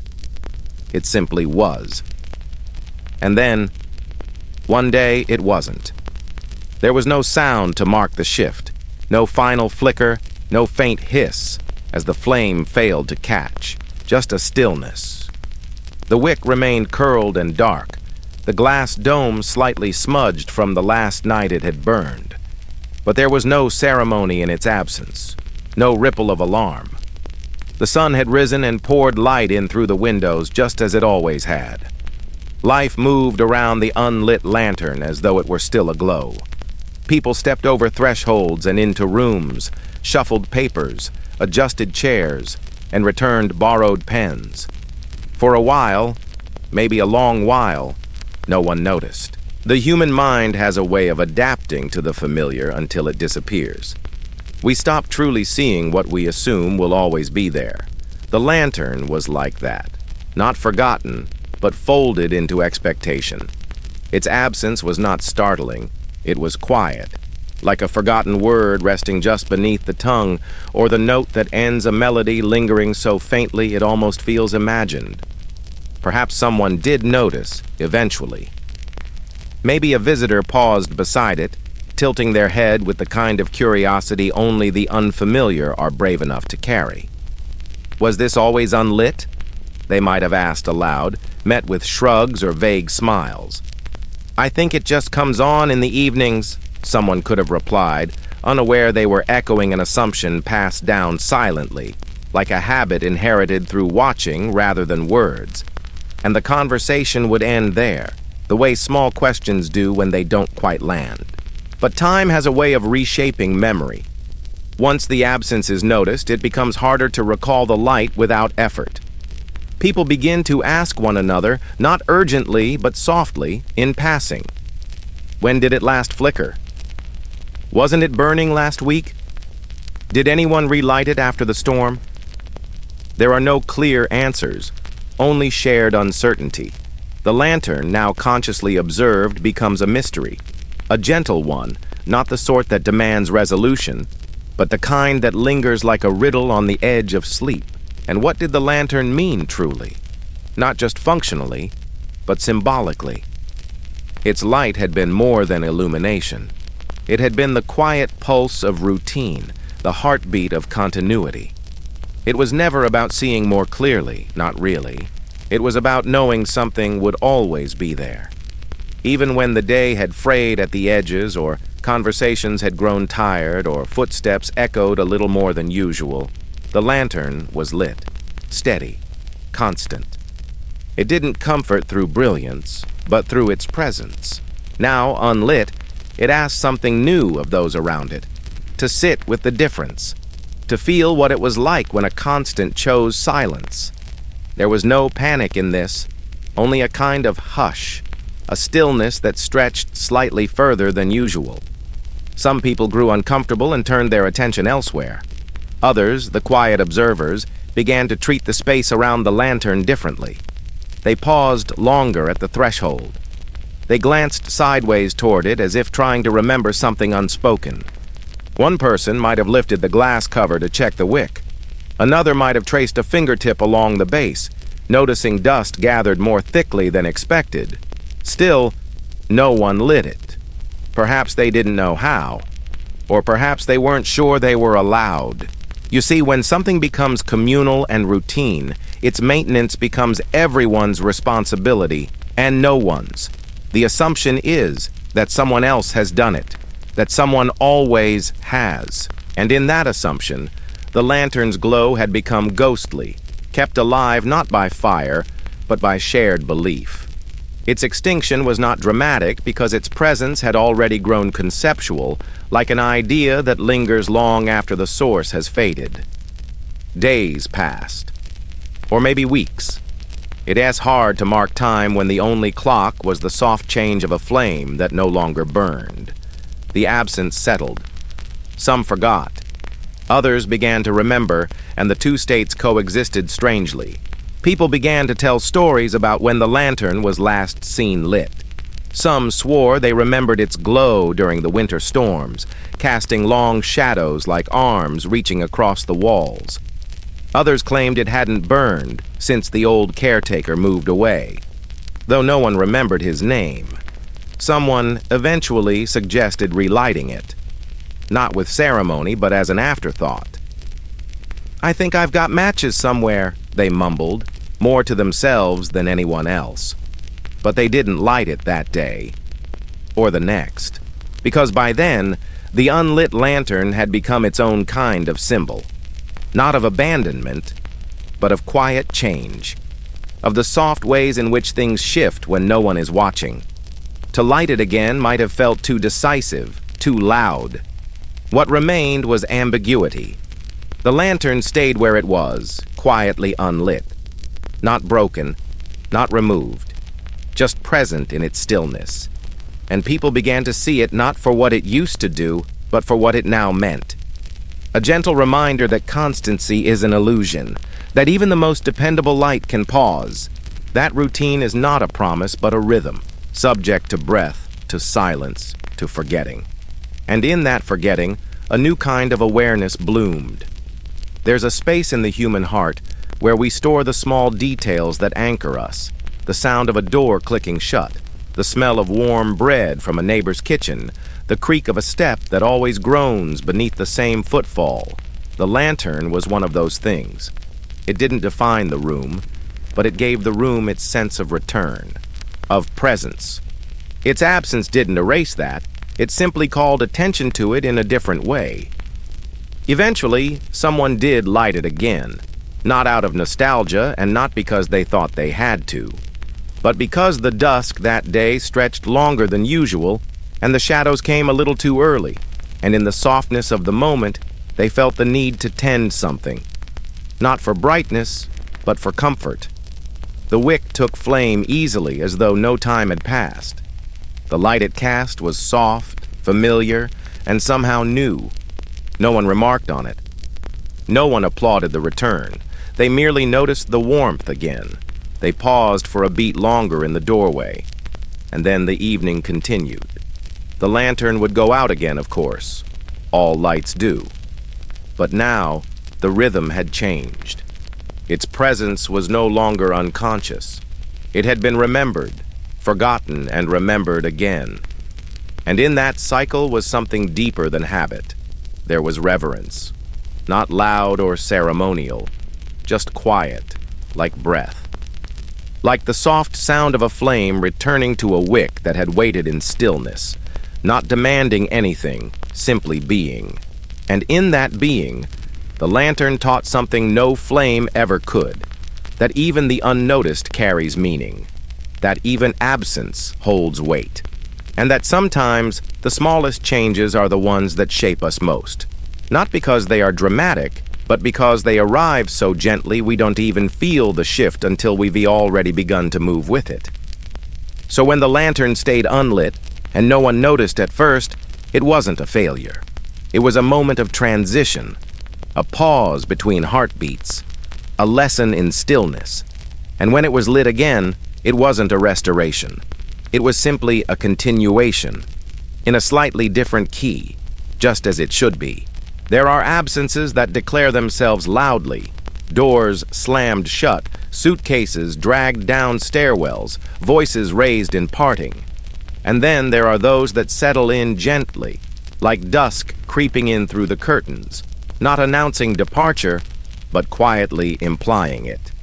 The chair, left turned toward the window, speaks of the latter.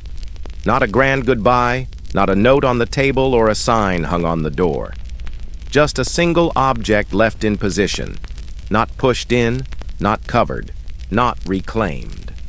A chair left facing outward, as if its occupant had merely stepped away for a moment and might soon return. It is the kind of detail the eye almost skips. Almost. A small, persistent suggestion that lingers in the corner of the room's silence. The chair becomes a placeholder, not just for a body, but for the expectation of one. It frames a kind of ghost without requiring the supernatural. It suggests continuity even in absence. A quiet tension lives in its stillness, in the unresolved gesture of its placement. Facing the window, it participates in a story that no longer has a narrator. Windows are thresholds between inside and outside, between observation and action. To face a window is to lean toward something beyond the room, beyond the self. It implies interest, or waiting, or longing.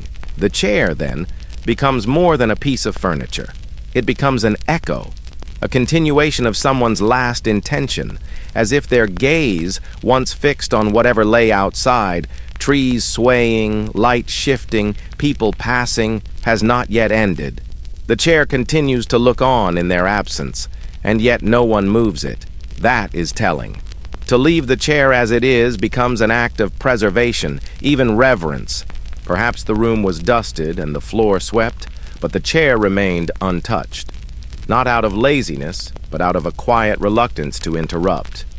To turn the chair inward again would be to admit something has ended. To fold it back into the pattern of the room would be to erase the final moment of its last use. By not touching it, the absence stays active. It is not forgotten, but not fully grieved either. The possibility of return hovers faintly in the air, weightless yet real. Whoever left it might have always meant to return. Maybe they had a habit of sitting there in the morning, coffee cooling beside them, watching the street or the sea or the stretch of field beyond. Maybe they used that time to think, to rest, to hope. Or maybe it was where they sat during illness, wrapped in a blanket, eyes finding shapes in the clouds. We don't know their reasons, but we know they looked outward. That matters. Sometimes we leave things behind not by accident, but as quiet markers, symbols for ourselves or others. A favorite book placed on the armrest, a cardigan draped loosely over the back. These things become the soft punctuation of a life lived in that space. They say, "I was here." And when someone else walks in and sees the chair facing outward, they do not need to ask. They feel the imprint of presence. The room becomes inhabited even without its person. That is the strange power of objects left in situ. They resist closure. In places where grief is present but unspoken, these quiet arrangements take on meaning. The chair, unmoved, becomes a ritual, a daily noticing. Perhaps someone walks in each morning, looks at the chair, and lets their breath catch. Or maybe they glance and then deliberately look away, unsure what acknowledgement might invite. The chair's orientation becomes a private conversation, one held in silence and posture. There's also a kind of tenderness in the act of leaving things as they are. It reflects a patience, an unwillingness to rush memory into conclusion. Not every absence demands a reaction. Some simply ask for space. By allowing the chair to remain, the room allows the story to remain open-ended.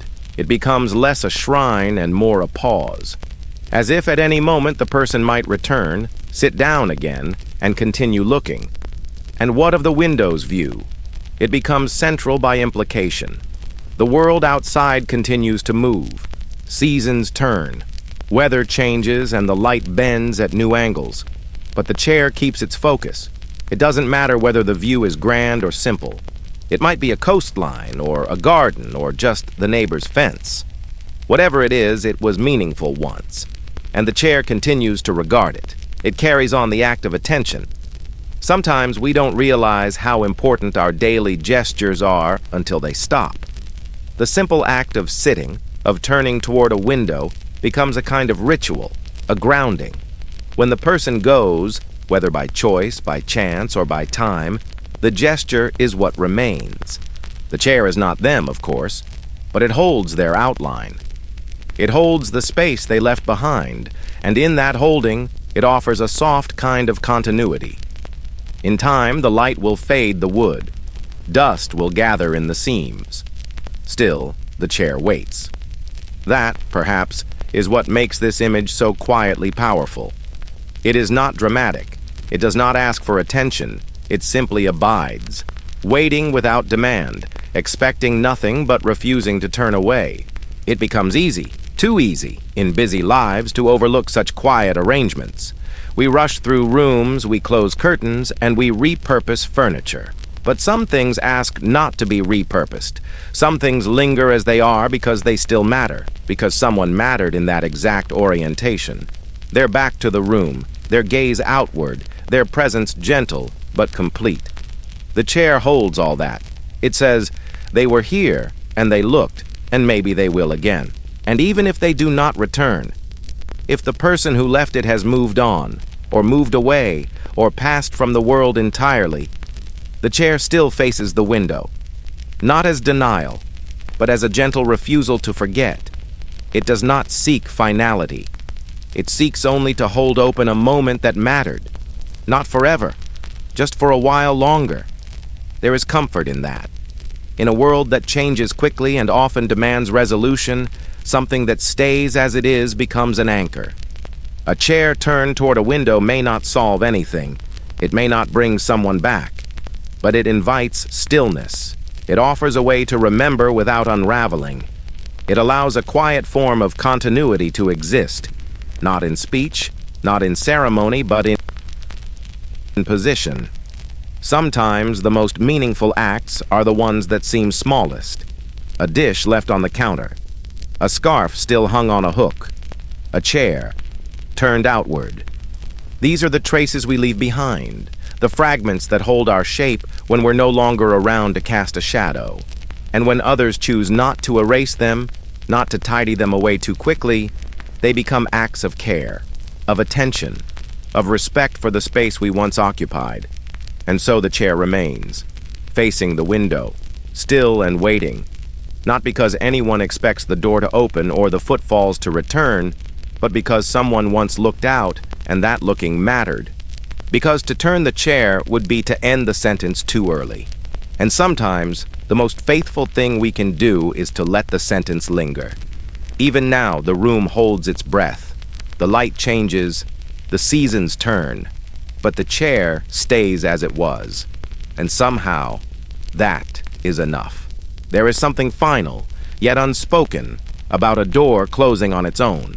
Not slammed in anger, not gently pulled by a hand with care or intent, but simply swayed into motion by the air that always lingered. A creak, a hush, and a soft thud that marked not a dramatic ending, but the confirmation of what had already settled, that no one would be walking back through that threshold, not for a while, and perhaps not ever. The wind knew. The wind had always known. It had been passing through that doorway for years, brushing across stone and wood, stirring the dust of conversations that once mattered and now only echoed. It carried leaves and time and silence, each in turn. The wind did not require doors to be open in order to move. It simply waited until no one was watching and drifted through what was left behind. And now, as the door gave one last groan of movement, not summoned by a person but nudged by the air itself, the wind bore witness. This was not the first time a door had closed without ceremony. It had happened many times before in other places, and in this one too. Doors to rooms once needed, now quiet. Doors to thoughts no longer pursued. Doors to people who once stood right there holding their breath or their words or their keys. But this time was different. This time the wind did not wait to return. It lingered just outside, brushing its invisible fingers along the frame as if in quiet farewell. The door was made of old wood, older than it looked. The kind of wood that remembered. It had been opened in joy once, and in panic another time. It had let in rain during storms and let out voices that didn't mean to be heard. It had been painted over and stripped bare again. Scratches along its edge told stories no one remembered. But still it stood, and still it worked, opening just enough to let someone in, closing just enough to keep the warmth from slipping out. Now it shut slowly, on its own terms. Not because someone left in haste, but because the house knew the rhythm of abandonment. Houses do. They learn to expect it, especially in places where time forgets to bring people back. A door closing doesn't always mean goodbye, but it often means pause. The wind had tried to keep things open for as long as it could. It nudged chairs. It rustled papers left on the table. It tapped gently at shutters like someone who didn't to want to wake you but needed you to know they were still there. But no one came. The wind circled through the empty rooms once more, the same path it had taken days or years before. Who could tell the difference now? The creak of the door wasn't loud. It wasn't the kind of sound that would startle you. It was almost respectful, as though the house itself were sighing. And when the latch clicked, not sharply, just finally, the sound echoed back through the hallway and stopped at the stairwell. Nothing else moved. Behind the closed door, the house grew still. Light filtered in through the high windows, bending around corners, catching in the grains of dust that floated slowly like forgotten moments. The rooms did not react.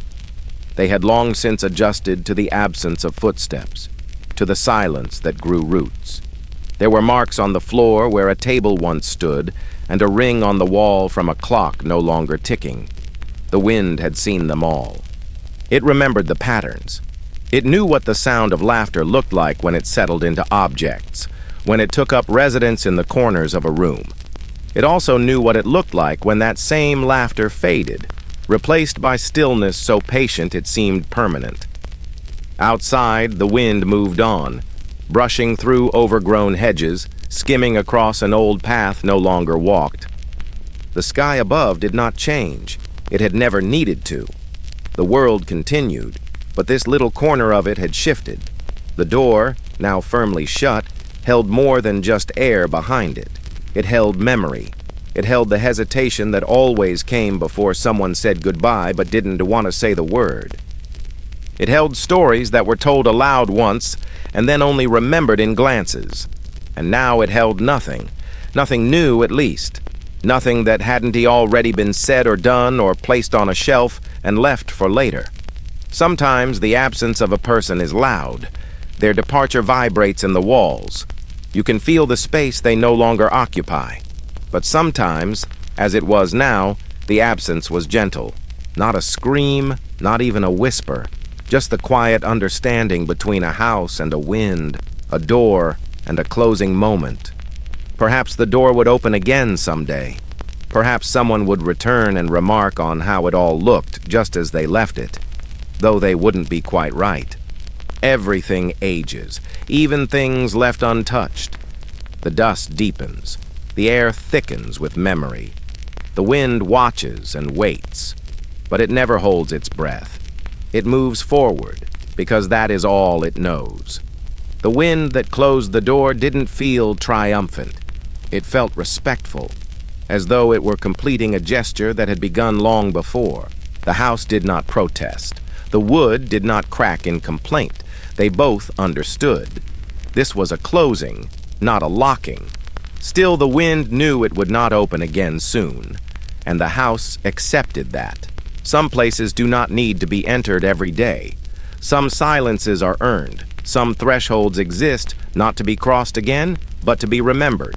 Time passed, and still the door held. The seasons would come and go. Rain might soak the step, snow might pile against the frame, and sun might bleach the doorknob until it was warm to the touch. Birds might land nearby, and vines might stretch their way across the stones. But the door, that simple door, that once open promise, would remain closed, not abandoned, just waiting. Sometimes a door doesn't close because someone left. Sometimes it closes because everything that needed to happen inside has already happened. And until there is something new, a new story, a new breath, a new reason, the door remains at rest. And the wind knows. The wind always knows.